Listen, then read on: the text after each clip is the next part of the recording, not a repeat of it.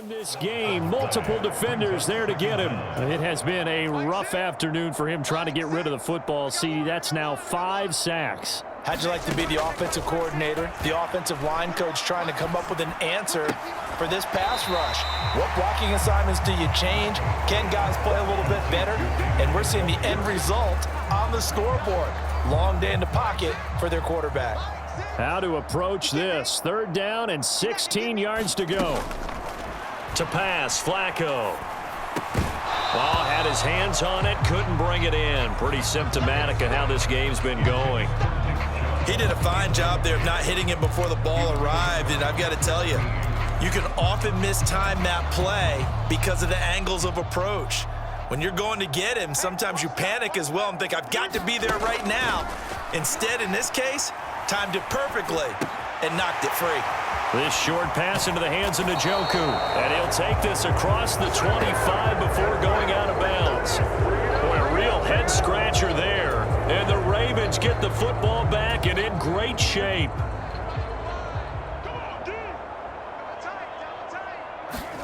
Throwing now, Jackson on 1st down, buying time to his left. And now look at this, big gain but a fumble, and this is picked up by the Browns. And a big turnover there as his guys will get the football back. Had some good yardage there, too, before he fumbled that football, Charles. Yeah, just think about it this way. Running backs, as a general rule, they kind of know when the end of a run is near, and you notice how they cover up, right? They protect the football. Sometimes quarterbacks forget that out in the open field. After a while, you start to wonder, does the running back coach visit the quarterback coach and say, hey, I can help you with this. We can protect this and make sure we keep the ball. Meanwhile, they take a shot to start the drive, but this is going to wind up incomplete. They decided the opportunity was there and launched a deep ball, but he was unable to get away from the defender, couldn't create space, couldn't uncover at the end of the route, and that one winds up incomplete. And he'll be hit and dropped for a loss at the 5-yard line. The 2nd down play results in a loss of 2 yards. We think, Brandon, I like the intensity this defense is showing right here in these first few drives. They're not just holding the line because they're doing their job, but they're doing more than that, aren't they? They're getting a nice push into the offensive backfield. And a great example. And can you believe it? It's a second safety in this ball game. Partner, give that coordinator a raise because he's been pedal to the metal all game, sending rushers from all angles at the quarterback. And there, within range of a safety, he really made the right call, and it got him to the ground and picked up 2 points. And now off to the races down the right side. And all the way in for a Ravens touchdown. Tylan Wallace, 67 yards. And the Ravens take advantage of the short field and finish it off with a quick touchdown. Well, they're just having fun. I mean, they are clicking on every single cylinder, offense, defense, and here, special teams. And how about the extension of the lead? This one felt a lot like, you remember Seattle-Denver, Super Bowl 48, Percy Harvin to start the 2nd half. Seattle was already firmly in control. Now, they feel like they can't be caught. Yeah, they are firmly in control right now. So now the other return teams out there as they'll try to duplicate what they just saw. The return from his end zone is Grant. And he'll be stopped right around where he would have been had he gone down to a knee, maybe a yard shy of there at the 24. Heading out as the Cleveland offense now as they get set to take over here. Well, we're still in the 3rd quarter, so there's some time to kind of clean this up and make it look more respectable. Now, a win, that's probably gone out the window, Charles, but I don't know. Do you look at this as a time to just improve and maybe start to look towards the future? I think you have to find something to play for, something to grasp onto until the clock runs out. But, Brandon, we've been around this game a long time. This is an outlier. You don't get many blowouts like this no matter how the game looks on paper going in. This one has turned out to be everyone's worst nightmare realized.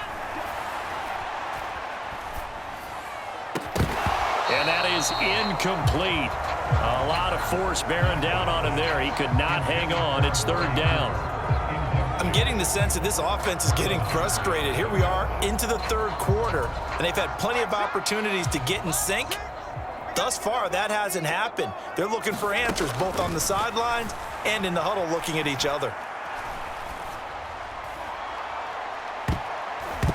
Now a shot taken on third down, but it's going to wind up incomplete.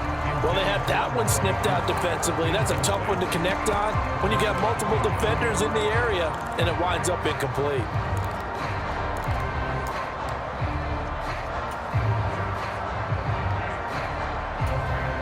The 3 straight incompletions, they don't care. That hasn't dissuaded them. They're going to go for it on 4th.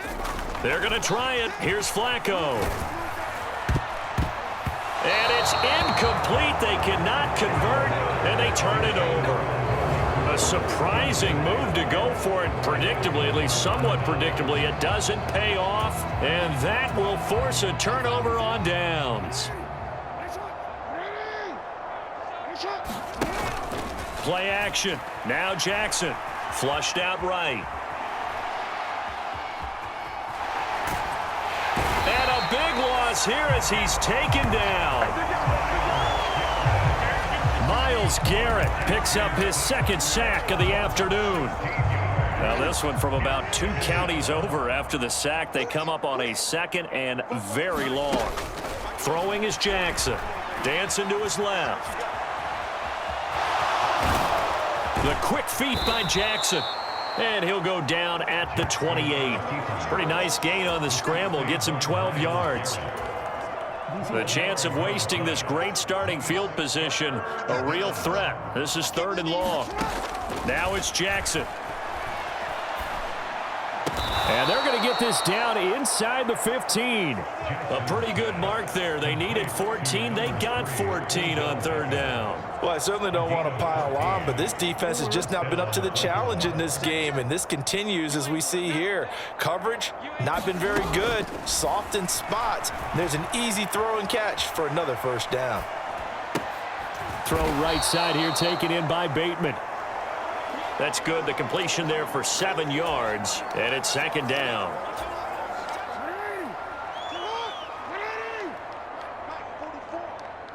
Aguilar in motion left. Now Jackson taps his forward jet sweep. And he will score. Touchdown, Baltimore. Nelson Aguilar from 6 yards away. And the Ravens are able to extend their lead in the final seconds of this 3rd quarter. Just a great individual effort there to take that pop pass and scamper off into the end zone. And that's why offenses love that play, partner, because that gives them a chance to get the ball in the hands of their playmakers with a full head of steam behind them. It's open like a track relay. Legs 2, 3, and 4. That first guy steaming ahead, and he just hands it to you, and you get a chance to take off and go before you even get the baton. Yeah, the touchdown apparently wasn't enough. They're going to go for the onside kick here.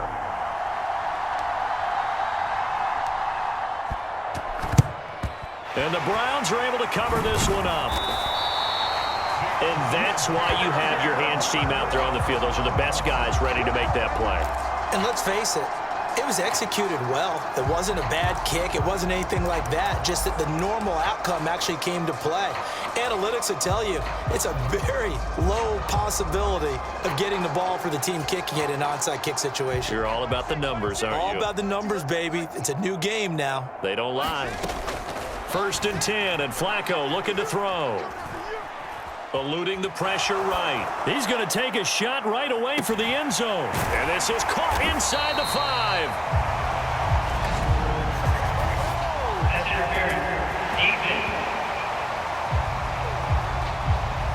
Trying to cover Cooper there a little too closely. And he's such a tough cover because he runs his route so well. Hard to stay with him and hard to figure out exactly where the break points are. And in this case, he created another pass interference call.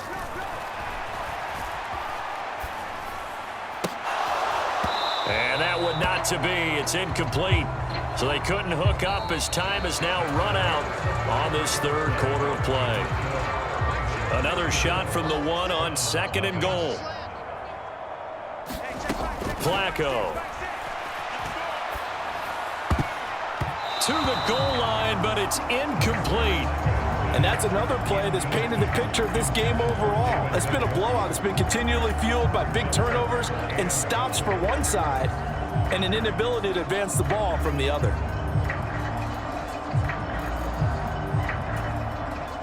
So now it's 3rd and goal. This Raven defense trying to keep him out of the end zone. Well, looks like they'll move things around here.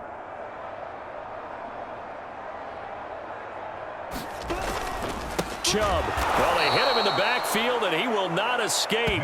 And that is not going to get it done. He lost 2, and it brings up 4th. There's no question that coming into this game, this defense was pretty vocal about its desire to take this running back out of his game. And all that pregame wolfing has turned into results. The field goal doesn't help. They're going to go for the 6 here on 4th and goal. As expected, they're going for it to keep the drive alive. Flush to his right. And that's going to be caught for a Browns touchdown. Amari Cooper from 3 yards out. And the Browns are finally into the end zone here in this 4th quarter.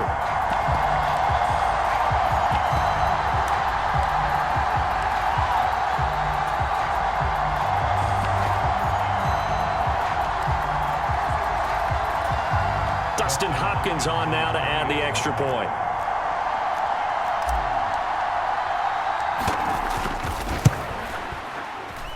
And oh, it's wide right. No good.